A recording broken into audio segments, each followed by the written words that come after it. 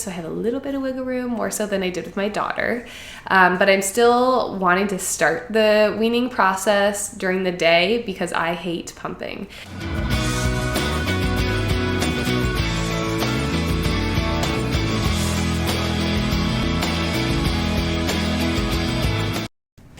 Hey everyone, and welcome to the second Single Scoop with Dr. Arnold episode, where we're going to be chatting all about one single topic. I'm going to try to keep it brief, but I can't make any promises because I like to talk. So today we're going to be chatting about my weaning plan. So I asked on Instagram if you guys were interested in hearing about my plan for weaning my son from breastfeeding and weaning off the pump, and all of those things. So I don't have any notes for today. I'm just kind of going to chat through my thought process, and I'll give you another update. So I haven't started the weaning process. Well, I've started it a little bit, but I'll give you another update when I'm kind of in the throes of it, and then afterwards how it went. So just keep in mind that this is my personal weaning plan and my personal experiences, and reaching out to a lactation consultant for a personalized weaning plan can be really helpful for some parents, because when you're weaning, if you do it too quickly, you can end up with mastitis if you're breastfeeding, which is a really difficult thing to deal with. It's really painful and really uncomfortable.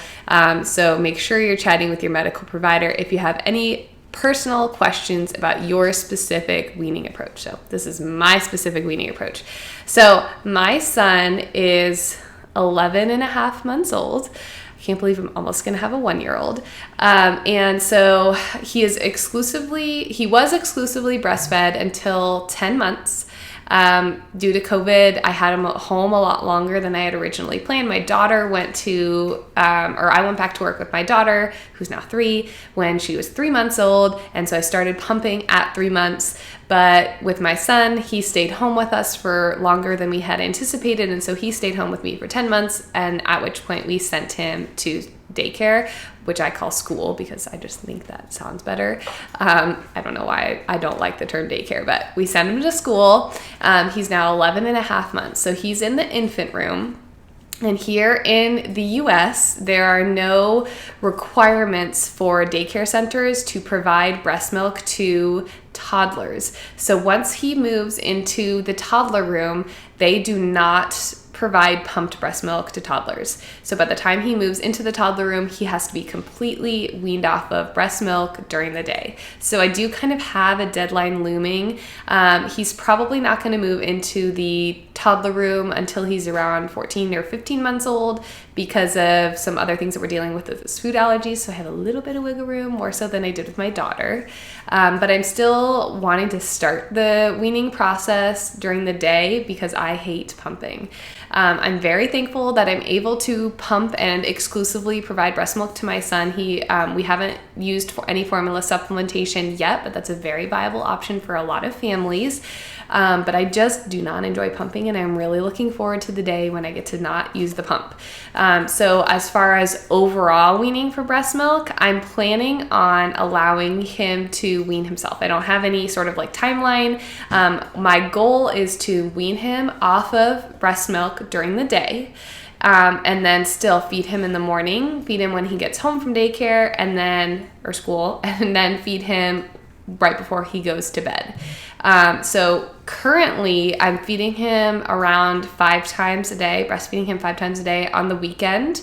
And I'm trying to kind of extend that. So prior to the 11-month mark, he generally ate every 3 hours, with the exception of when he was a lot smaller. We did have some weight gain issues when he was tiny, and so I was feeding him a lot more often when he was little. But from about 6 months to 10 months, he was eating every 3 hours. So I would stop what we were doing, and even if he was happy and content in playing, I would still stop and offer him the breast, and he would almost always take it. So now the first step that I have taken in my weaning plan is not being as proactive with offering him the breast, especially when we're at home. So I'll let him go 4 hours. I've even let him go one time 4.5 hours in between breastfeeding sessions if he's happy and not asking for it. If he asks for it and I'm at home with him, I still offer him breast milk. But if he's not asking, I kind of let things go. So I've also told school that we can, extend the window in between his feedings to 4 hours.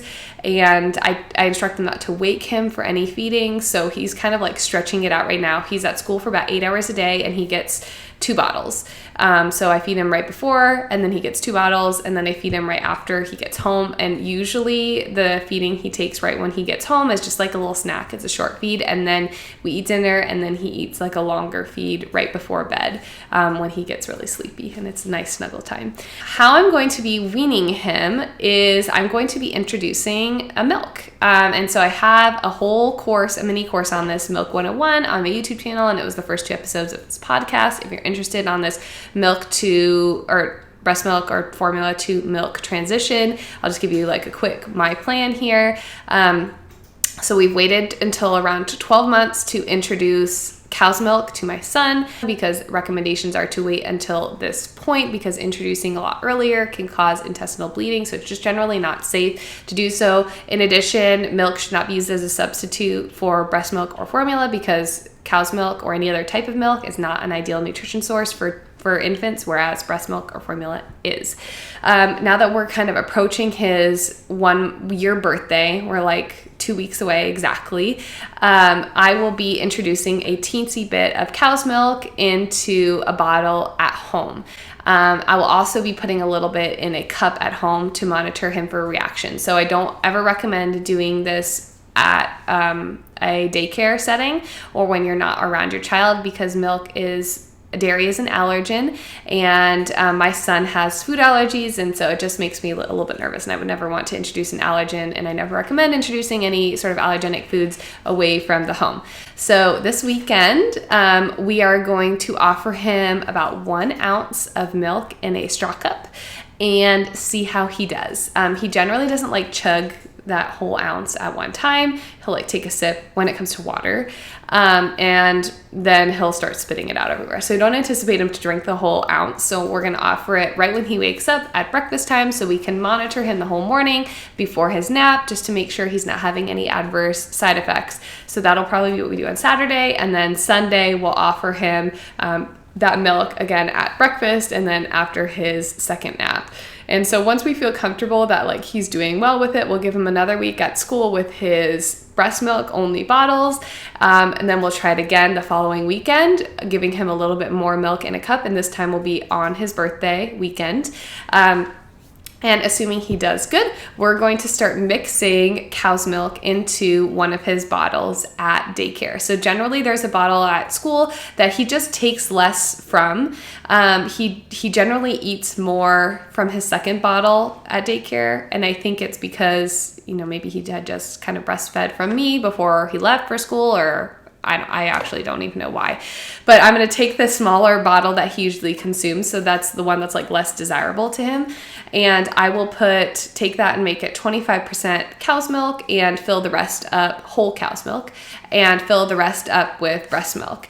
And assuming that he tolerates that well, his poops are still normal, no other discomfort, and his teachers say he's doing great with that, then we're going to make it 50%. Then we're going to make it 75%, and then we're going to give him a 100% cow's milk bottle. So once we do that, then he'll be on 1 bottle a day, which will give me so much more freedom to only pump 1 time per day, because, like I said before, I don't enjoy pumping.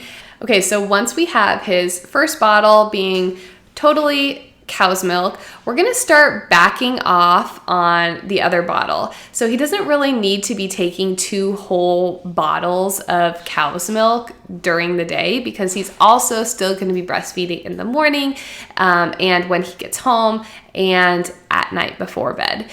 So we may also do at the same time start offering cow's milk in a cup in place of his other breast milk bottle. So we'll start to do that slowly as well. So my goal there is to move him on to 1 bottle with cow's milk in it, and then 1 cup with cow's milk in it. And once he shows us he's doing great with the cup with milk, then we'll just start to offer him the 2 cups with cow's milk in it instead of the bottle. It's not recommended to offer children any sort of beverage in a bottle past 1 year, and it's not recommended to offer formula to babies after 1 year. And if you're pumping and want to still breastfeed your baby, you can do that. Just try to offer it in a cup instead of a bottle. So we want to kind of back up the bottle by 1 year, because also the sucking of the bottle can affect their palate and their teeth. So anyways, I'm going to try to transition him off of that pretty quickly. But so far, he's been really adaptable with all the changes we've made. So I don't anticipate there being a big problem. But if he starts to protest or like his intake drops significantly, we'll just go slower and give him a couple more days at the stage that he's at before we move on to the next step. Some people do this cold turkey, and some babies take it cold turkey by switching from the bottle to the cup, and that's great. If that works for your kid, then you do that. We'll see how that goes at daycare. My son loves the cup, but he kind of needs to be paced because he tends to like chug without taking a breath. So he has to he sucks from the straw and I have to take it out of his mouth for a second. He like gasps because he's been drinking so fast, and then I give it back to him and he keeps going.